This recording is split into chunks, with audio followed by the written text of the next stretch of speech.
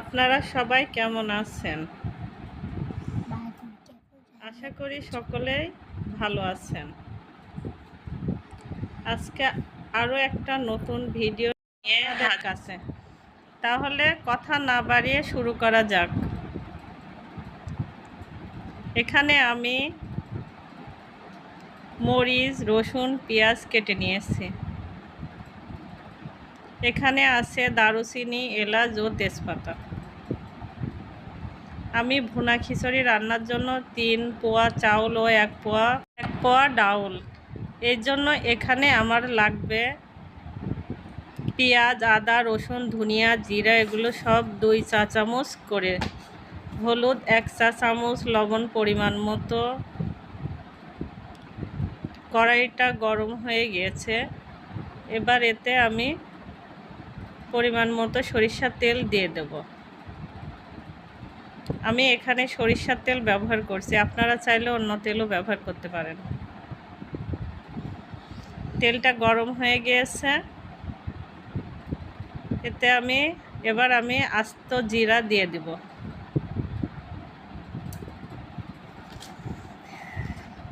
এবার মশলাগুলো, পেঁয়াজ ও মরিচগুলো দিয়ে দিব। এবার আমি ভালো করে নাড়াচাড়া করে নেব।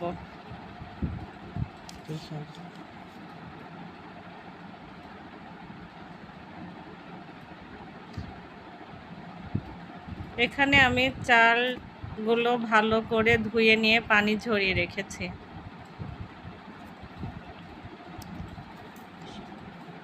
আমার মশলা ভালোভাবে কষানো হয়ে গিয়েছে। এবার আমি চালগুলো সব দিয়ে দিব।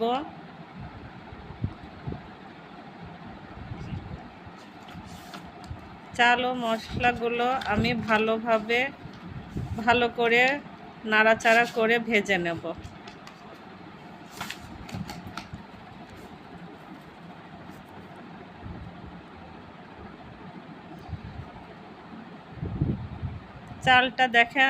আমি চালটা ভালো করে নাড়াচাড়া করে নিয়েছি, করে ভালোভাবে ভেজে নিয়েছি।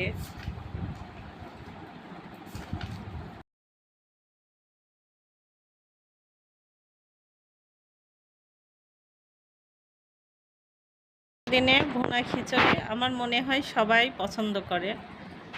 তো আমার বাসায় সবাই পছন্দ করে, এই জন্য বৃষ্টির দিনে আমি এভাবে বাসাতে খিচুড়ি রান্না করি। এবার আগের থেকে করে রাখা গরম পানির ভিতরে দিয়ে দেবো। গরম পানি ব্যবহার না করলে আসল টেস্টটা পাবেন না। পানিটা কুকারের ভিতরে পানি গরম করে রেখেছি।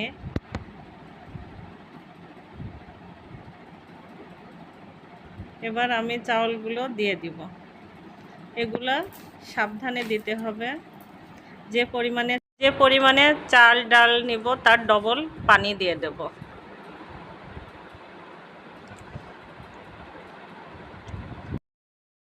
এবার আমার ভুনা খিচুড়ি সম্পূর্ণ রান্না হয়ে গিয়েছে। দেখেন কালারটা অনেক সুন্দর এসছে আমার খিচুড়ির। আর এভাবে আমি পরিবেশন করব।